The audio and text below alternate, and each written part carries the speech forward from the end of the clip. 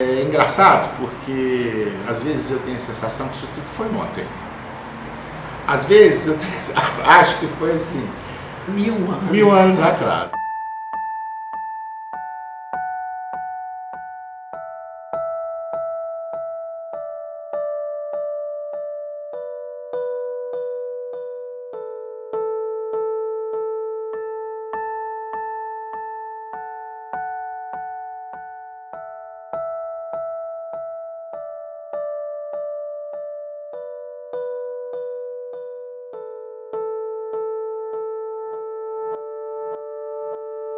Para os anos 80, a linguagem dos anos 80, ou seja, a colocação exata no tempo e no espaço do artista e de seu material de expressão. A beleza do choque dos opostos. Vale tudo e vale nada, assim na arte como na vida. Sim, o desenho e seus transbordamentos, a gravura, a aquarela, colagens, objetos, cadernos, etc. Um mundo plástico, tátil e plural. Acho que a gente está falando do início dos anos 80, onde você começa a viver de uma maneira mais efetiva um processo democrático. Acho que no caso do Rio foi bastante sintomático você eleger um cara como Leonel Brizola, que era o principal ódio dos militares, né, e que era uma referência que as pessoas tinham um pouco assim, de infância. Então, quer dizer, você tinha a campanha logo depois das diretas já, você tinha todo esse pano de redemocratização, e acho que a ideia, quer dizer, o que você percebe é que havia um discurso hegemônico da arte brasileira, explicável a partir de uma estratégia, digamos, da resistência à ditadura, e que esse discurso, ao meu ver, já estava se tornando inadequado no momento em que a ditadura ela estava desmoronando. Quer dizer, seria até justo você dizer, você não chamar a ditadura em 81, 82 de ditadura. Você poderia chamar até de um Estado autoritário. Eu digo isso porque em 72, 73 as pessoas eram torturadas e mortas. E em 78 as pessoas não eram torturadas. A impressão que eu tenho, recordando hoje, assim, não sei se eu estava muito dentro do movimento, convivendo com aquelas pessoas, o que eu me recordo é que eu achava que o clima era muito... Porque talvez fosse uma coisa minha também, porque eu sempre gostei de ser um pouco fomentador, assim, e sempre gostei de estar no meio da coisa acontecendo e tal, seja em música, seja em artes plásticas, poesia. Eu acho que não tem sentido você fazer um trabalho isolado, só você, entende como você não abrir espaço para as outras pessoas, não ter diálogo. O que eu me recordo que eu acho que aquele período era um período, pelo menos para mim, era um período um pouco assim, tinha uma certa agitação lá, uma criatividade.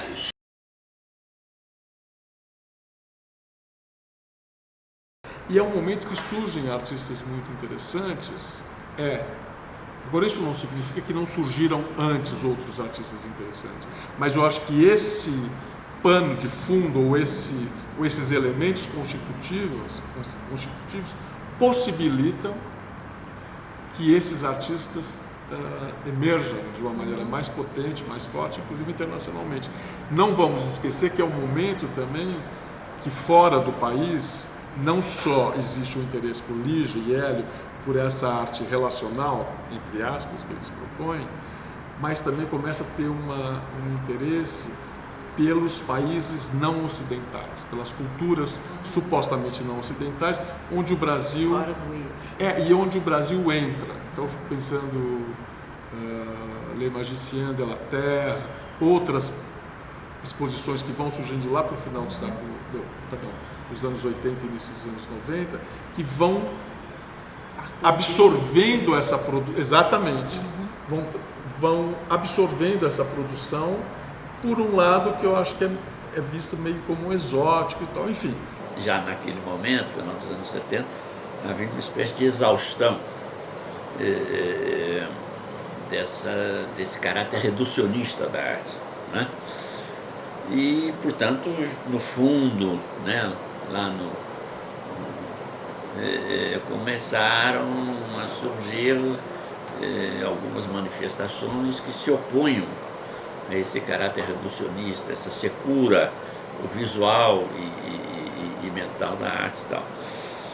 E é claro que o Brasil também acompanhou um pouco essas tendências. Havia também vários artistas que trabalhavam dentro dessa vertente conceitual, assim como alguns artistas que também trabalhavam dentro dessa tendência minimalista de escultura.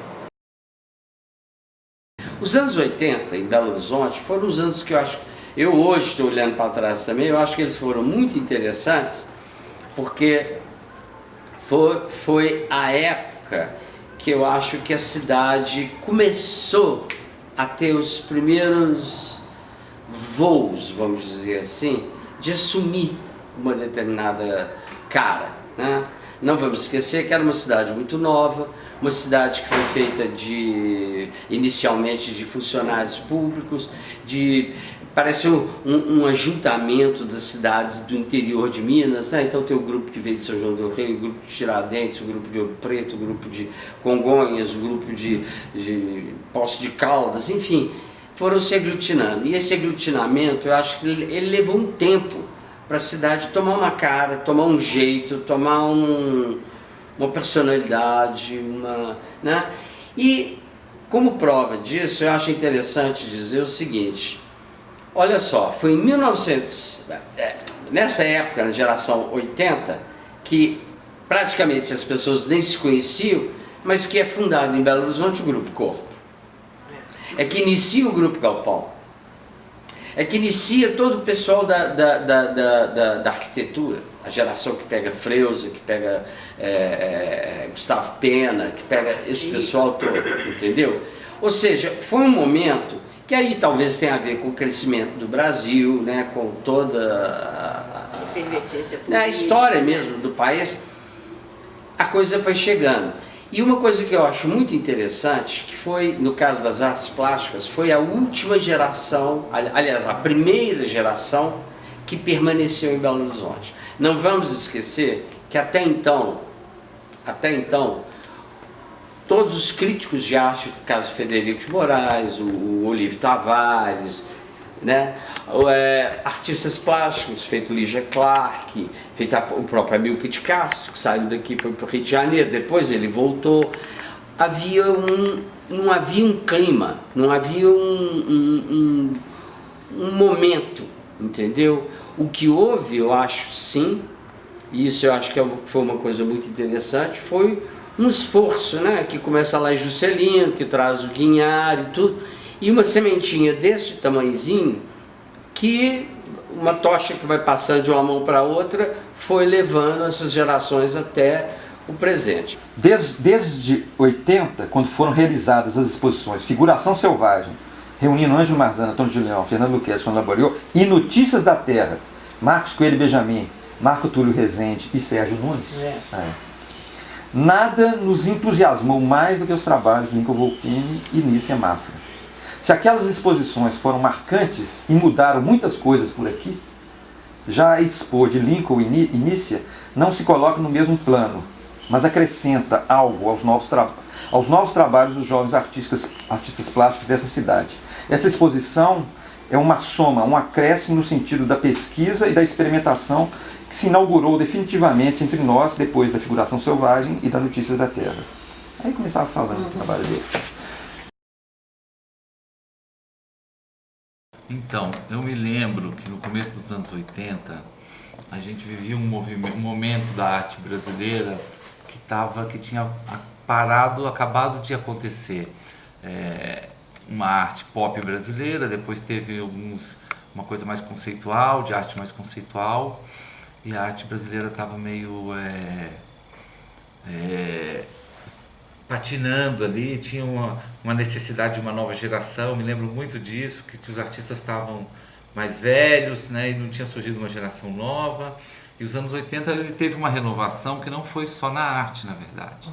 Ele teve uma renovação geral. O que, na verdade, para mim, marca muito na relação da geração 80 como um todo, era uma ideia de mercado. Você está entendendo? Era mais fácil vender pintura, aquilo explodiu como tal, e eu acho que a coisa se tornou aí. E o Rio de Janeiro era pó. Né? E você tinha um hiato grande em termos de galerias e tudo, nos anos 70. A gente sabe que existiam grandes galerias no Rio de Janeiro nos anos 60. Em São Paulo. E os 70 foi um ano ruim mesmo, assim, os anos 70 em termos de mercado. E quando abre essa coisa, tanto é que surgiu várias galerias que duraram quase nada, você está entendendo? Você tinha muitas galerias que abriam em questão de poucos meses e fechavam. Então, eu acho que houve muito um movimento nesse sentido. Né?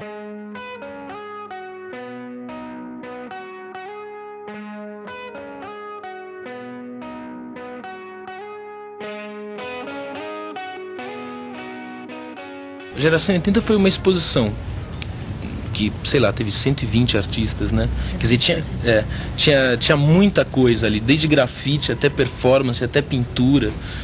Quer dizer, tinha muita coisa. Evidentemente que a mostra não visava consagrar uma tendência, uma linguagem, tanto que ela tinha desde artistas ligados à pintura energética, transvanguarda, até pintores construtivos. Houve resistência a outras novidades que a Geração 80 trazia, que de alguma forma podem se considerar agressivos aos esquemas vigentes. Eu acho que a Geração 80 é o ar que está se tentando respirar, para enfim chegar bem rápido na Geração 90. Essa expressão, eu acho que ela vem muito ao encontro de um grupo de críticos, estudiosos, enfim, que perceberam a potência midiática, vamos dizer, de se lançar uma geração, né? Para a grande massa, para os meios de comunicação de massa, para o jornal, para a televisão e tal.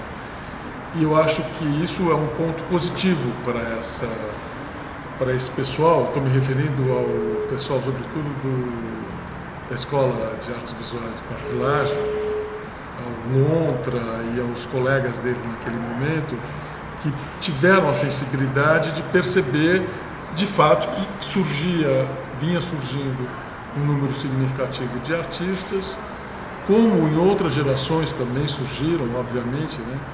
E eles perceberam a potência ali de poder sintetizar num jargão, numa expressão, uma exposição, né, que eles previam para meados da década de 80, para 84, e lançaram a exposição Como Vai Você, Geração 80, e dentro desse título, vamos dizer, você já tinha aquela expressão que definiria toda uma geração de artistas. Então, eu já fui para o Rio com o convite da Geração 80, mas eu não imaginava que ela fosse ser o que ela foi e o que ela se tornou. Foi uma exposição muito grande, feita de uma maneira muito informal, apesar de séria.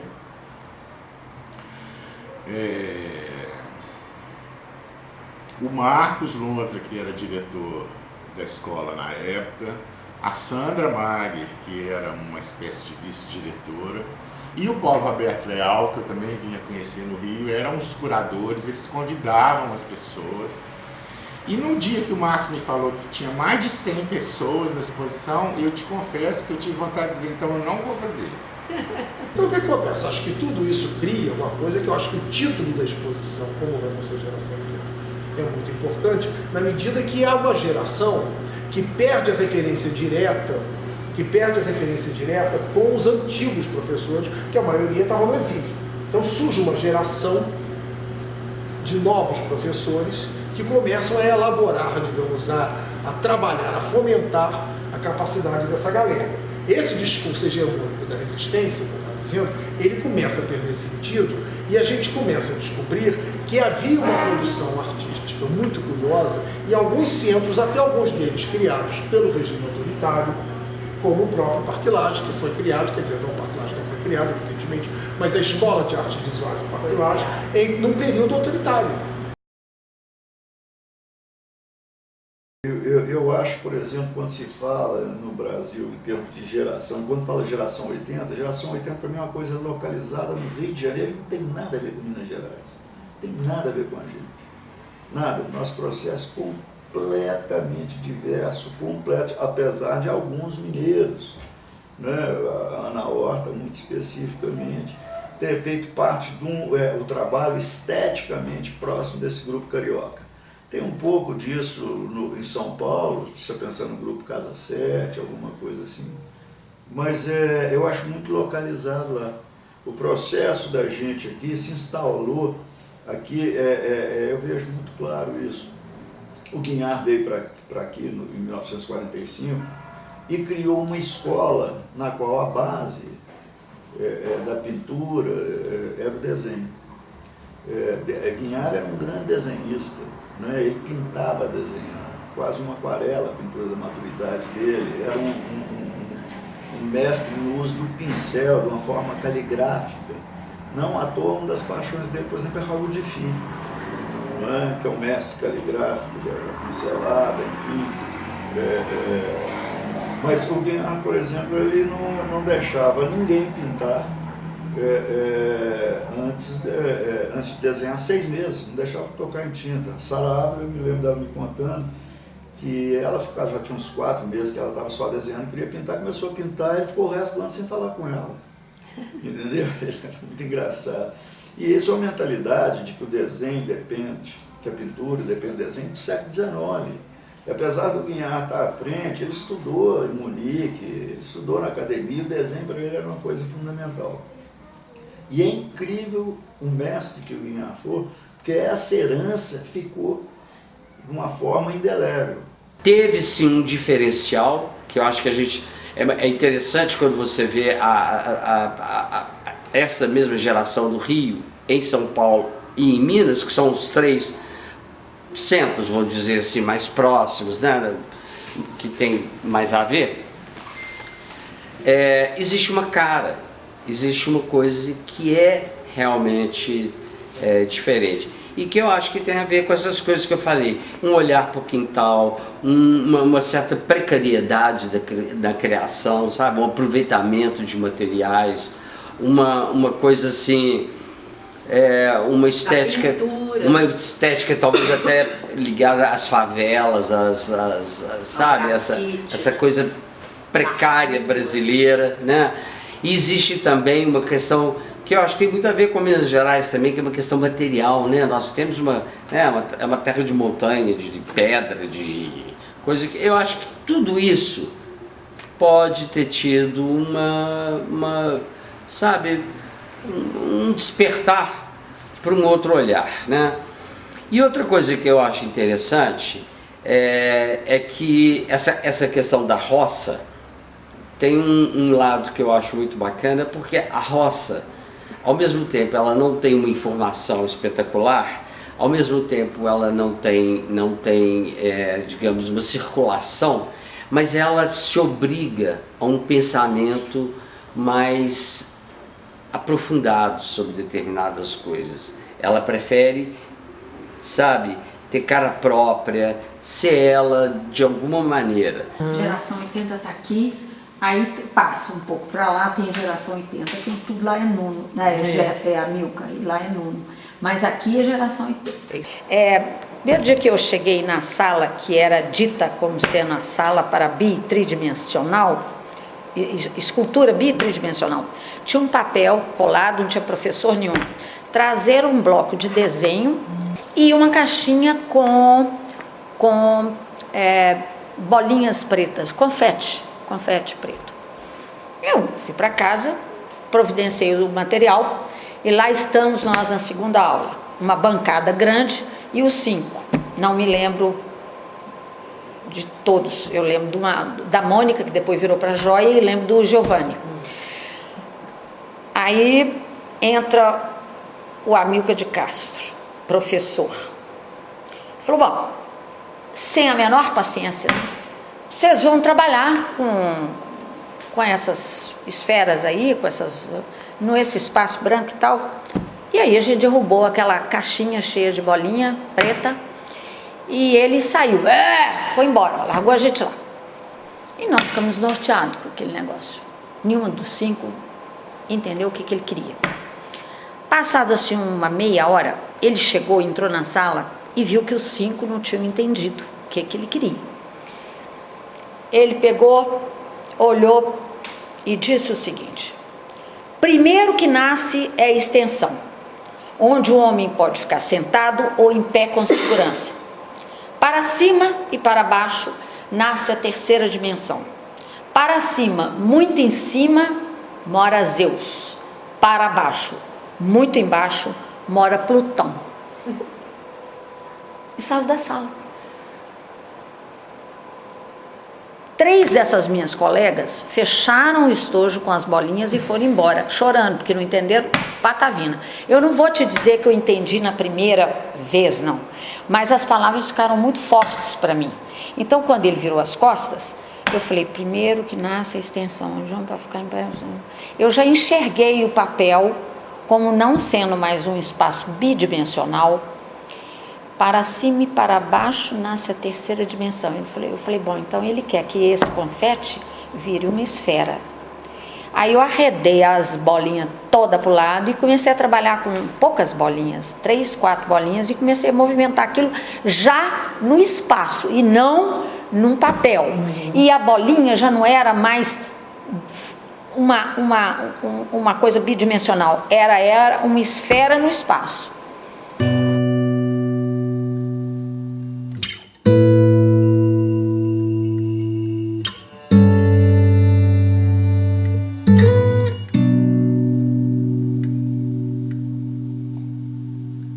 O gesto gráfico partiu de um relacionamento muito forte, muito ligado, muito profundo com ele. Mas o que fez o gesto gráfico foi o seguinte: eu fui fazer uma visita ao Museu da Helena Rubinstein em Tel Aviv, em 79. Tel Aviv era ainda muito na construção de Tel Aviv, pensa.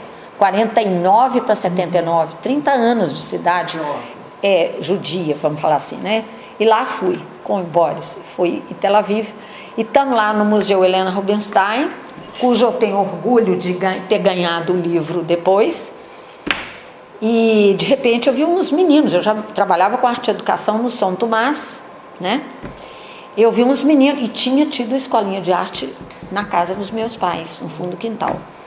Vi uns meninos dançando, todo pintado, por ali, no meio do museu. Eu peguei e virei para o cara que estava nos acompanhando e falei, aqui, esses meninos estão passando por aqui? Tem alguma escolinha de arte aqui? Ele falou, você quer conhecer? Eu falei, claro. Por quê? Você lida com arte e educação? Eu falei, sim. No Brasil? Eu falei, pode vir, pode me acompanhar. E tá que desce, tá que desce. Tá que desce, tá que desce. Quando chegou no subsolo do museu, ele abriu uma puta porta de ferro. A escolinha de arte era dentro do abrigo antiaéreo do museu, para tirar o estigma que as crianças lá têm, porque abrigo antiaéreo é toda hora lá, né? Então, a porta de ferro enorme, quando abriu era pura estrelinha, música rolando, os meninos todos desenhando. Eu fiquei assim, falando, não estou acreditando no que eu estou vendo, né? Aí quando eu cheguei em Belo Horizonte, eu contei para amigo que eu vi uma coisa ímpar. Eu vi um museu que tem uma escolinha de arte e contei a história do abrigo. A Milka pôs a mão no estúdio e falou, por que você não abre uma galeria, uma escolinha de arte? Eu falei, será que vai dar certo? Ele falou, dá, pode saber que dá. Então o gesto gráfico nasceu com essas 2 linhas por causa da minha visita ao Museu da Helena Rubinstein em Tel Aviv. No final dos anos 80, vamos entrar no mercado. Foi quando, depois de toda essa revolução dos artistas, que aconteceu aquela Bienal famosa, né? Onde veio o Anselm Kiefer, grande tela. e mudou a cabeça e mexeu, mudou não, mas mexeu com a cabeça dos artistas brasileiros, e nós já estávamos rolando, mandando ver lá no gesto gráfico, né? Sheila Lely, mas estou falando no gesto, já estava tendo exposição de Ana Horta e tal, e coisa, essa pintura, o próprio Benjamin, Ângelo e tal. O gesto gráfico inaugurou foi em 80, né? A primeira exposição foi Carlos Volney, se não me engano. A Milka assessorava, acompanhava, orientava a Fátima, e a gente era próximo, assim, eu trabalhava na, como é que chamava? Casa de gravura, oficina? Não, lá no Largo, na Santo Antônio do Monte, Casa Litográfica. Tinha Volney, Thaís, Volney, Lotus, com certeza foi através do Volney, da Thaís, assim, que eu me aproximei da Fátima também, e ela inaugurou a galeria, eu vi a exposição do Volney, logo ela me convidou para expor lá comigo. Eu estava trabalhando muito em 80, né? Tinham outros grupos em Minas fazendo coisas, né? Eu acho que o fato da gente viver num lugar mais de interior, em relação aos núcleos litorâneos ou mesmo industrial de São Paulo, aquela coisa força, mas mais próximo também, né? Mas a gente tinha tinha menos pressão. Numa cidade que você praticamente não tinha galeria, né? A galeria que estava surgindo na época, assim, com uma possibilidade mais aberta, era gesto gráfico. E aí, quando eu estava mais em 1980, o Amilcar convidou para participar do Núcleo Experimental, que era um projeto dele ligado a Guinhar e a Secretaria de Cultura, que era um ateliê coletivo, assim, que as pessoas... Era uma casa e as pessoas iam trabalhar, tinha um lugar, cada um tinha o seu canto nessa casa, e você podia ir a hora que quisesse, cada um tinha a chave, entrava e trabalhava. E o Amilcar aparecia sem hora marcada e sem avisar. Então ele chegava e aí tinha as conversas, ele ia passando em cada trabalho, conversando, tinha um lanche coletivo que era super importante. Até aqui então nós temos uma coisa do Nuno. Aqui eu peço um altas e entro no meu concreto e entro no Amilcar e não sai mais. Porque é a sua coleção. Eu poderia ter mais na parede, mas depoimento como colecionador. Mas aqui eu nem falo como colecionador, eu falo aqui com cada história de cada quadro. Por exemplo, esse primeiro desenho aqui foi da primeira exposição dele no gesto gráfico. Então é um desenho que nós vamos encontrar lá no cartaz, foi o cartaz que a Bienal do Mercosul pediu, um cartaz importante, que foi diagramação da Amilcar também. Então, que eu não estou vendo nada. Mas o que eu acho que paira ainda sobre a geração dita 80 é um processo que na época chamavam de tirania da pintura, porque a pintura acabou tiranizando as outras linguagens, né? E de certo modo ela promoveu o seu próprio suicídio naquele momento, porque se era só a pintura, e se a pintura não dava conta da cultura brasileira, de se relacionar com a sociedade brasileira, então isso enfraquecia a própria geração 80. É muito ruim que certos paradigmas, até por falta de repertório metodológico, né, de referências, que a geração 80 estivesse confinada a certos nomes e, sobretudo, a ideia de pintura expressionista e da pintura, do prazer da pintura, né? Eu acho que o que acontece muito nesse período e que o Rio de Janeiro absorve, muito mais ligado, talvez, ao que está acontecendo no mundo naquele momento, é que a pintura ela deixa de ser a primadona das artes nos anos 60 e 70 por um motivo muito simples, pela arte conceitual, pelas todas as novas possibilidades de linguagem, e que trazem um impacto muito grande junto à imprensa, junto ao público. Né? O sujeito vai ver uma exposição do pintor, desenhista, gravador Joseph Beuys, por exemplo. Aí o cara vai ver, tem lá, ele vai lá, chega lá, mas assim, ele não é desenhista, gravador, ele está lá abraçado com uma lebre morta nos braços. Como catalogar? Como se posicionar dentro disso? Aí daí a palavra, talvez, artista plástico ganha uma nova dimensão, porque você abre, né, para todas esses movimentos, para todas essas possibilidades performáticas, land art, body art, enfim, uma infinidade de coisas nos anos 60 e 70. E a pintura perde a condição de primadona. Né? Você imagina a gravura, né? A pintura perde muito o impacto e ela tenta, inclusive, se adaptar a essas novas formas, pinturas instalacionais. Ela quer mudar seus suportes, ela quer sair da parede, do muro, entendeu? A questão do plano, ela tenta se adaptar. Mas quando eu vejo retrospectivamente e quando vi a partir da minha experiência como diretor do Instituto Nacional de Artes, né, que tinha viajado muito, feito alguma coisa em alguns estados e tal, eu sempre senti um certo incômodo com essa coisa só da pintura. Né? Quando você fala da Ana Horta não era só pintora, né? A Ana Horta era uma pessoa da cor, não tinha essa coisa de reduzir a linguagem, a poética dela à matéria que ela usava prevalentemente, né?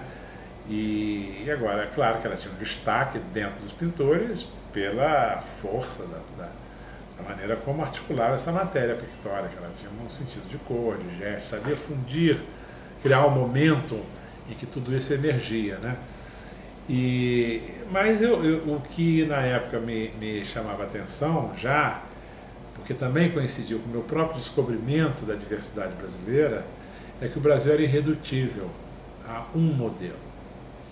E talvez agora, nessa entrevista, que isso me apareça com mais clareza com relação à geração 80 e os incômodos que eu sentia. Porque quando eu ia para Minas, é claro que tinha pintura, tinha escultura, etc., mas eu via uma delicadeza, né, no desenho, no trato do signo, do símbolo, que eu sempre encontrava Minas onde esses artistas estivessem expondo.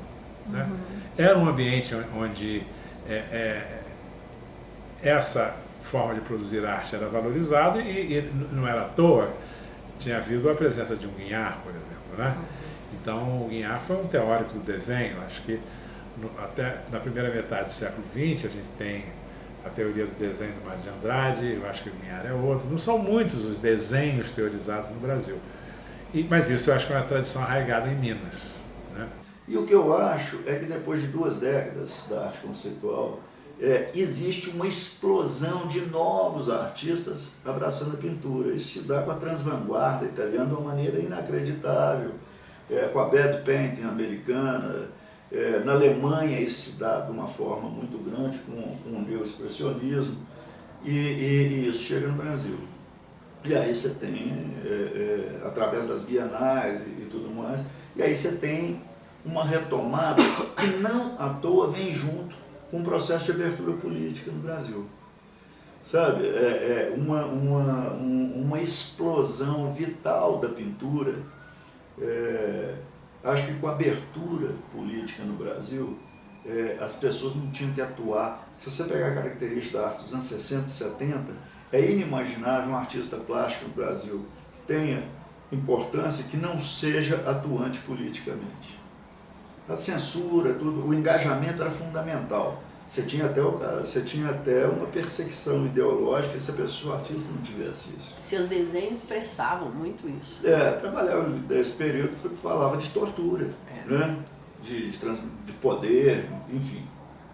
E aí, eu acho que com os anos 80, isso muda radicalmente, porque com a volta dos seus direitos políticos, com o término da censura, você pode atuar politicamente como um cidadão. Civilmente, você pode ir nos jornais, você pode publicar, você pode fazer greve, você tem uma envolvência política incrível. A comunicação no Brasil se abre para isso de uma maneira extraordinária. E aí você não precisa mais usar cotidianamente o seu trabalho, e aí tem um mergulho na pintura, no potencial plástico, formal, de linguagem. Então uma pintura que transborda, sai pelas... Né?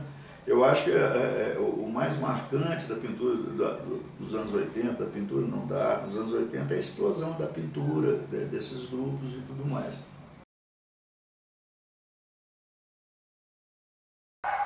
Bom, e encontrei com uma geração que estava colocando para fora várias pessoas, cada um com sua linguagem, uns de uma forma ou de outra, cada um fazendo o seu trabalho. Mas eu encontrei várias pessoas que estavam desabafando, mostrando como uma catarse, uma emoção mesmo, tudo que viu, tudo que viveu, e eu com coisa de manifestação estudantil e processo, né, da época e tal. Gente, quando eu vi que eu podia expressar no papel tudo que eu ia contra, tudo que eu achava um absurdo, né, assim, dentro da manifestação estudantil, que a gente queria maior liberdade de expressão, queríamos uma escola, um cursinho com mais matéria para estudar, com mais discussão, com mais debate, com falar sobre o que estava acontecendo no mundo inteiro, numa escola que estudasse o planeta Terra, né? O movimento, o momento. Era o que a gente queria. Como essa experiência, né, de fazer arte se apresentou, né, assim, tão difusa, com grupos muito distintos, assim, diversos, eu nunca tive um sentimento, né, de pertencer àquele ou aquele outro grupo, né, assim. Então, quando fala geração 80, apesar da minha produção, o início dela ter sido, né, se situar, né, exatamente nesse período, né, assim, a primeira mostra, né, de trabalho que eu participo foi em 84, me parece, 84, um prêmio no Salão de Pernambuco, eu acho. Eu não me sinto, assim, como artista, parte, né, de um pensamento, assim, que foi fundado ali na época. Biruta. Construção selvagem. Construção selvagem. Eu acho que essa geração era uma geração para a qual o corpo, o toque, a identificação era tão necessária que seria difícil você imaginar a produção de uma arte extremamente cerebral. Quer dizer, num certo sentido, a pintura, que ela surge, que ela retorna forte nessa história, ela retorna por pessoas como Áquila, como o grupo do Parque Lage, mas ela também retorna por uma necessidade dessa galera de botar a mão na massa, porque o que a gente fazia era botar a mão na massa. Eu pegava você, entendeu? Eu me lembro de nós aqui, porque aqui em Belo Horizonte, nós sempre fomos super assim, afetivos, pegar, abraçar, não sei o quê. Era uma coisa que na geração anterior não rolava, entendeu? Era uma coisa assim, entendeu? Não tinha essa... Então, isso eu acho que foi fundamental, quer dizer, essa ideia do corpo, quer dizer, do corpo se concretizar no exercício, quer dizer, hoje a gente acaba de chegar aqui de uma exposição do Amilcar, né, aquelas telas enormes. O que mais me impressionou naquele trabalho é que aquilo ali é um gesto do cara, quer dizer, aquele velho com 82 anos pegando uma vassoura, é o corpo, quer dizer, para mim aquilo ali é quase como uma impressão digital, assim, corporal, rastro, né? É ele ali, entendeu? A gente, quer dizer, a força para mim era sentir, eu estava vendo aquilo, estava vendo ele abaixado, com aquele vassourão fazendo aquilo. Quer dizer, isso é corpo.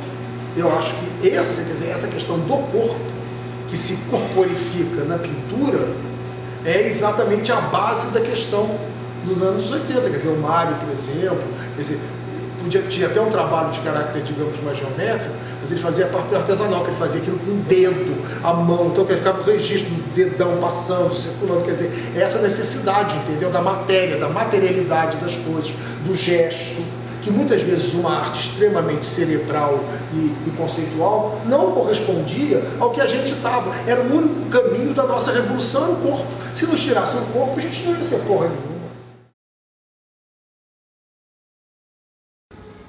Mas era uma década também, era uma época também que as pessoas, assim, o mercado não existia muito, né? O mercado era um mercado mais contemporâneo, o que era feito ali não tinha muito mercado. Papel, desenho não tinha mercado. Então a gente trabalhava assim, não trabalhava para mercado. Os artistas que estavam produzindo ali, eles não estavam trabalhando para o mercado, trabalhavam para exposição, e havia até uma descrença no mercado de arte, o que existia. Era uma coisa mais conservadora, a gente achava que a produção não encaixava ali dentro, olhava um pouco distanciado, e a gente também queria fazer as exposições nossas. E era um momento coletivo também, que as pessoas se juntavam de vários lugares, vinham, né? Eu tive ateliê com pessoas da Escola Guinhar, da Escola Federal, né? Da Belas Artes. Então é uma coisa que hoje em dia, hoje é tudo grupos, né? Então hoje não mistura nada, né? Aí misturava idades, né? De vários locais que as pessoas vinham, né? Não tinha muito as pessoas circulavam pelos festivais de inverno, então existia esse espaço de troca, né? E esse movimento artístico enfraqueceu muito em relação às grandes exposições que tinha nos anos 80, anos 90. Nos anos 90 a gente viveu uma contenção, né?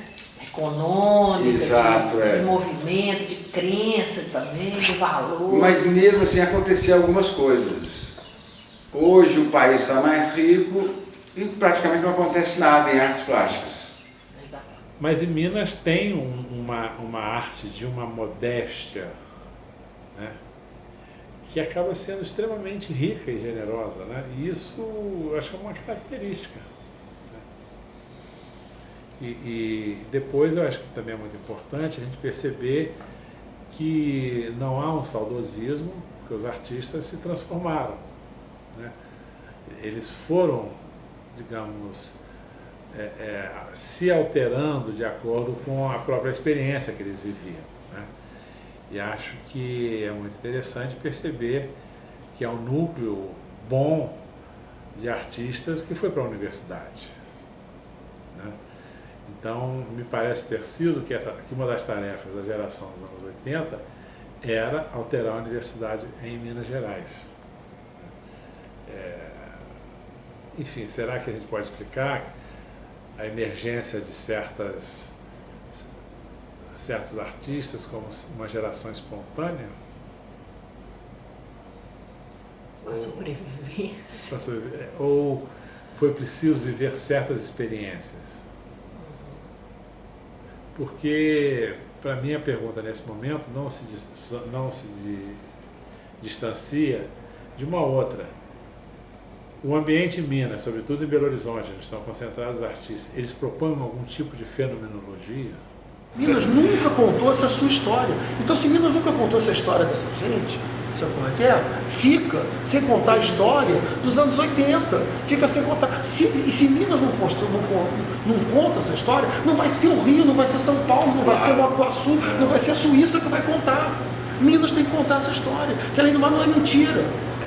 O tempo todo surgem artistas mineiros, mas não surge o ambiente mineiro. Tá? O ambiente mineiro tende a se dissipar. E eu lembro de um caso que eu gosto de contar, que foi o seguinte: um rapaz de Pouso Alegre, com um desenho, mais uma vez um desenho muito bacana, muito legal. Um dia ele estava mostrando o trabalho dele para um grupo, que são essas pessoas que eu falei, e alguém fez o seguinte comentário: olha, o seu trabalho é bom, mas ele é muito mineiro. A hora que eu ouvi isso, eu tenho certeza assim, que o ser mineiro talvez estivesse ligado sim ao desenho, à estrutura do desenho, né? Quando ele falou essa coisa de ser muito mineiro, na hora eu fiquei assim, eu falei, pá, eu não vou ficar aqui com bairrismo, nem arranjar barraco, eu vou meio que pensar melhor sobre isso, não falei fiquei ouvindo o pessoal de São Paulo falar e não falei sobre esse trabalho. Pois bem, passados uns 2, 3 dias, o moço traz novos trabalhos e alguém levanta essa questão de novo. E quando alguém levantou essa questão de novo, eu acho que aí sim eu já tinha pensado bacana sobre o problema, o que eu coloquei para eles foi exatamente que volta à maneira como eu penso o desenho, que é uma coisa mais de estrutura, né? Uma linha que diz tudo, né? Eu virei para eles e falei o seguinte, isso para um bando, sei lá, de umas 30, 40 pessoas, que eram os estudantes e nós artistas. Eu virei para eles e disse o seguinte, falei, olha gente, como eu sou o único convidado aqui mineiro, eu acho que eu poderia falar alguma coisa que possa pôr uma luz nesse assunto, o que é ser muito mineiro, por que existe muita coisa mineira no trabalho deles. E virei para eles e falei, contei um caso. Eu falei assim, eu vou começar contando um caso. Quando eu era criança, adolescente, minha avó pegou a gente falando assim, que ia penetrar numa festa, ela sentou a gente e virou para a gente e falou o seguinte, meu filho, na vida a gente falta, mas a gente não sobra. Que eu acho que é uma coisa muito do jeito nosso mineiro pensar. Sabe? Por isso que nós não somos barulhentos, nós não somos igual outros povos aí no Brasil. Falta, mas não sobra. Eu peguei essa fala de falta, mas não sobra, e virei para o pessoal no workshop e falei assim, se vocês olharem para o desenho desse moço, falta, mas não sobra. Da mesma forma que se você olhar para o texto do Guimarães Rosa, falta, mas não sobra. Se você olhar para a poesia do Drummond, falta, mas não sobra. E se você for olhar talvez até lá para o Jardim, vocês vão ver que falta, mas não sobra. Aí me deu até vontade de virar e falar assim, vocês querem que eu fale mais ou tá bom? Depois do Guimarães Rosa.